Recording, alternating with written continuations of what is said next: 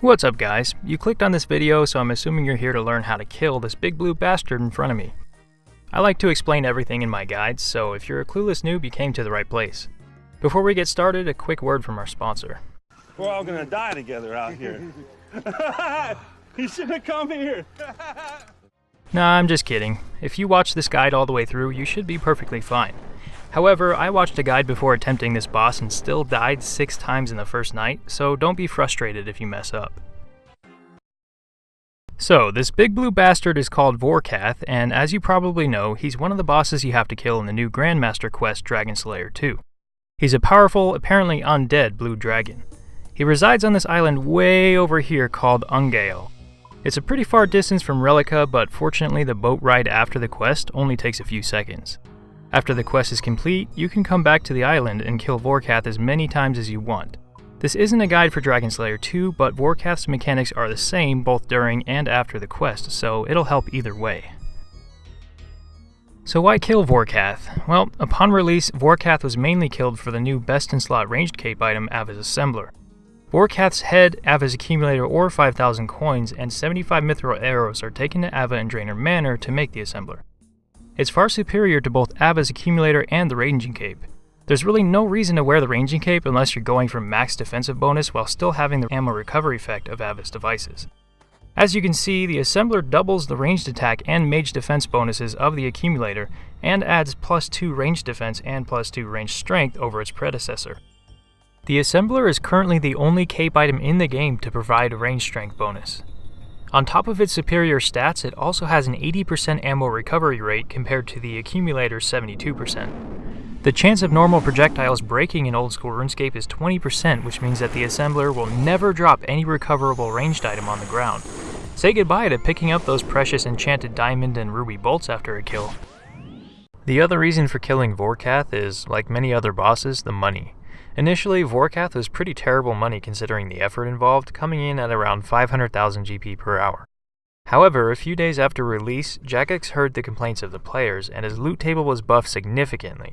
Here's his drop table taken from the wiki. In addition to his overall drops being improved, players also get 2 rolls on the table now instead of 1. Now one of the most profitable solo bosses in the game, Vorkath can make you between 1 million and around 3 million GP per hour. This of course depends on how fast you kill him and how many kills you can attain in one trip to the island. Here's the loot I received from 20 kills of the boss after the update. To determine how much money you can make per hour, I killed Vorkath for 60 minutes as efficiently as I could.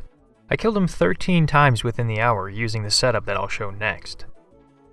Using the average of 135k per kill that we got, 13 kills comes to over 1.7 mil per hour.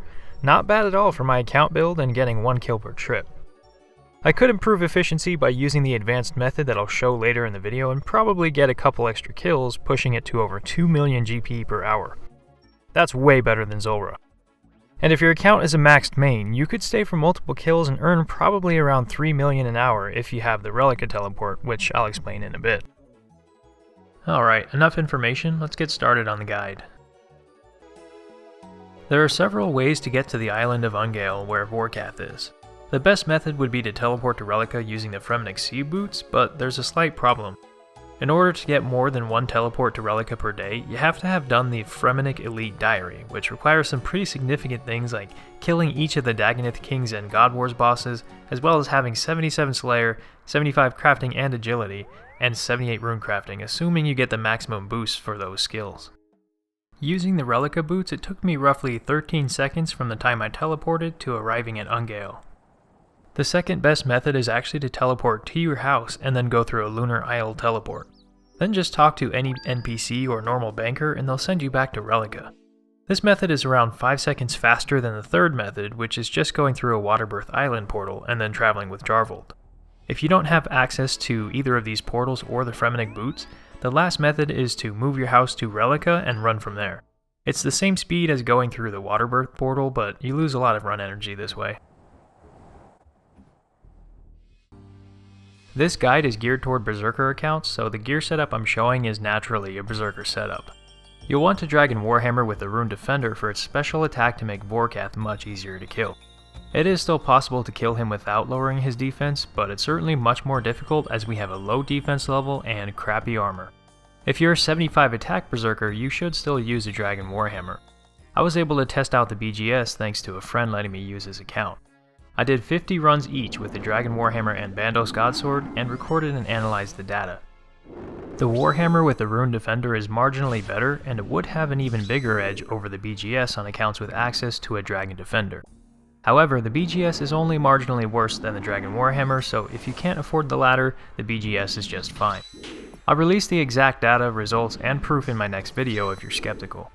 I was skeptical about the BGS being better, which is what led me to working on skill and quest requirements for a good 2 to 3 weeks on an account that isn't even mine.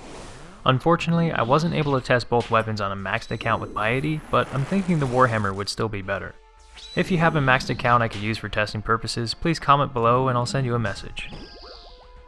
For the other gear, you're going to want full void with the ranged and melee helms, an Ava's device, a toxic blowpipe with preferably adamant or better darts, a blessing for extra prayer bonus, blessed dragonhide boots, and a salve amulet EI. The EI means that it's been enchanted at Tarn's Lair and imbued at Nightmare Zone. It provides a 20% boost in damage and accuracy to all combat types when fighting undead monsters such as Vorkath. The bonus stacks with Void armor, which is why Void plus the amulet is better than using a Slayer helm while on a Blue Dragon's task.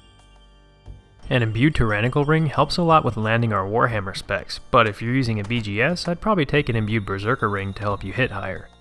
An imbued Archer's ring should be used during the fight to greatly reduce kill time. Vorkath can be killed with a budget setup like a rune crossbow with ruby and diamond enchanted bolts if you have a high enough range level. It does get difficult if you don't have a Dragon Warhammer or a BGS to spec with though, because poor RNG can make you have to leave the fight early if you hit a lot of zeros. The Dragon Hunter crossbow was somewhat recently buffed, now doing a whopping 30% bonus accuracy and damage to all dragons. I did have a chance to try it out and compare it with a toxic blowpipe. Gathering data with 10 kills, a DHCB took about 10 seconds longer per kill on average, but I also had to teleport away from the fight twice due to running out of food. RNG plays a huge role in kill times when you use a DHCB, because if you hit a lot of zeros, you might be in the fight for like 4 minutes and run out of food. On a main with Rigor and a Dragonfire Ward or Twisted Buckler, however, the crossbow would undoubtedly be a better choice. On a Berserker account, I feel like it relies too heavily on RNG. It can either give you the best kill time you ever had, or make you teleport away from the fight. However, it is considerably cheaper to use the Dragon Hunter crossbow. Alright, now for the inventory setup. You'll want 2 prayer potions to be on the safe side, an anti-venom or anti-venom plus, a ranging potion, a super combat potion or super attack, and a normal combat potion to increase the chances of your special attacks hitting, and any of the anti-fire potions. I'd highly recommend using a super anti-fire for your first few fights at least until you get used to Vorkath, as it'll reduce quite a bit of damage taken from the boss's fire breath attacks. You'll want a rune pouch to save some inventory space, filled with runes for the Crumble Undead spell and house teleports. High level food like monkfish or sharks should be used as primary food, and bringing some Karambwans is a good idea as well. I always bring 3 Sarah Brews and a super restore just in case Vorkath decides to be a dick.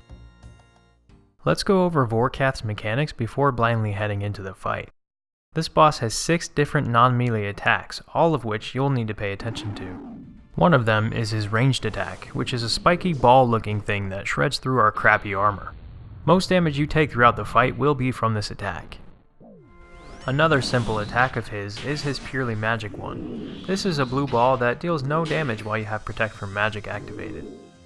His last simple attack is pure orange Dragonfire. Using an anti-fire potion and Protect from Magic reduces the max damage to about 20, and a super anti-fire with a prayer makes it around 5. Vorkath has 3 attacks that I would consider a semi-special attack. One is his pink Dragonfire based one that turns off your prayer, which maxes a 15 with an anti-fire potion and Protect from Magic enabled. Be sure to turn your quick prayer button back on right after this hits you, because some other attacks hit in the 50s without Protect from Magic. Another Dragonfire burst of his is the venomous green Dragonfire, maxing at around 10. This inflicts venom starting at a base of 6 damage that goes up by 2 every time it hits you, which is every 18 seconds. Hence, bringing an anti-venom potion is definitely important. The last but most important semi-special attack is the fireball, which he volleys into the air. You need to be most careful about this one because if it lands on you, it'll instantly kill you regardless of protection prayers, anti-fire potions, and hit points. If it lands on the square next to you, it hits half the damage, around 64, which is still potentially fatal. All in all, avoid this fireball at all costs. The boss also has 2 special attack phases which he activates in an alternating pattern every 6 attacks. You don't ever know which one he'll use first, but you can always be sure that the next special will be the other one. This one is an icy white dragon breath that does no damage but freezes you in place. Vorkath then regurgitates the zombified spawn like a scene from the Alien franchise movie, and it will attempt to kamikaze you, doing up to around 60 damage. This is when you'll want to cast Crumble Undead on it as soon as possible. The spell kills it in one hit every single time, so it's your best bet against the spawn. I always turn off my prayer as soon as I'm frozen to conserve prayer points, and turn it back on again once the spawn is dead. The other special attack phase is the tough one. It's responsible for most of people's deaths when they're new to the boss, so you definitely want to pay attention to this part. During this phase, Vorkath spits up a multitude of poisonous pools that you want to avoid. If you walk over them, they deal up to 10 damage and heal Vorkath for the amount that they damage you. What makes this phase so difficult is the fact that you have to be constantly moving to avoid the rapid mini fireballs that the boss shoots at you every single tick. These can do around 40 damage each, which means a single 2-second lag could kill you. Damage adds up fast during this phase. Being brand new to Vorkath, I highly suggest you just turn off prayer and start walking around while eating food to near full hit points if necessary. There's actually a key to never taking fireball damage during this phase.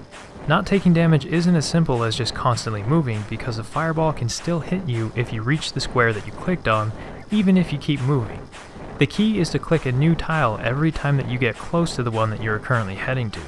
As long as your character's destination changes by the time you reach the square you clicked on, you won't take damage. So just remember to keep clicking new tiles that avoid going through poison pools and you'll be fine. Alright, now that we've reviewed all the attack types, let's step into the ring. Before we get into the fight though, make sure your quick prayers are set up correctly so that you can easily toggle them. For us berserkers, they should be Protect from Magic, Eagle Eye, Steel Skin, and Preserve if you'd like. Once you're ready, head into the fight area. Drink your combat potions, turn on your spec, and poke Vorkath to wake him up. Then turn on your melee prayers and unload both Bandos Godsword or Dragon Warhammer specs. If the DWH misses twice or the BGS doesn't hit above 50, teleport out, restore your specs and prayer, and try again. Once you've sufficiently reduced his defense, switch to your range setup, turn on your quick prayers, and drink a ranging potion. Vorkath will launch 6 attacks at you starting right after you wake him up, so just be sure to pay attention and use the appropriate actions to counter them. Drink an anti-venom if he envenoms you, re-enable quick prayers if he saps them, dodge the fireballs of death, kill the zombified spawn when he freezes you, and remember to keep clicking new tiles during the poison phase. The poison and ice special attack phases make for good opportunities to heal up to full hit points, so keep that in mind as well. Once you're able to do all these things, Vorkath should become simple to you. After you've gotten used to his mechanics, you may even be able to start minimizing your kill times and become more efficient. The main thing you can do to greatly reduce your fight times is what is referred to as the moonwalk method, originally discovered by Wooks. This only works with the toxic blowpipe and damage is halved during the poison phase, but it's definitely worth doing. It makes my kills 30 seconds to 1 minute faster than without moonwalking. If done right, you can do a significant amount of damage while never getting hit by the fireballs. This is an advanced method and I've died countless times while learning and trying it, so try not to rage too hard if it doesn't go so well for you. In order to get started, you first have to find a gap in the poison pools. Start walking sideways as soon as you see him spit up the poison and begin the phase, because there will always be one that lands on you where you're standing. Look for a column of tiles with no poison up until at least this row here. If you've got an open space, make your way to the southern edge of the fight arena. Once you're close, click on Vorkath to attack him. Your character will begin walking up to get into the blowpipe's attack range. As soon as a blowpipe is raised to fire, double-click near the southern edge of the arena directly south of you. Then click Vorkath again about 1 tick later, which is 0.6 seconds, and repeat the process. After your first attack and retreat, it's much easier to keep it going. The timing is the hardest part about this method. You need to click between Vorkath and the ground pretty fast, but clicking too fast will make you die.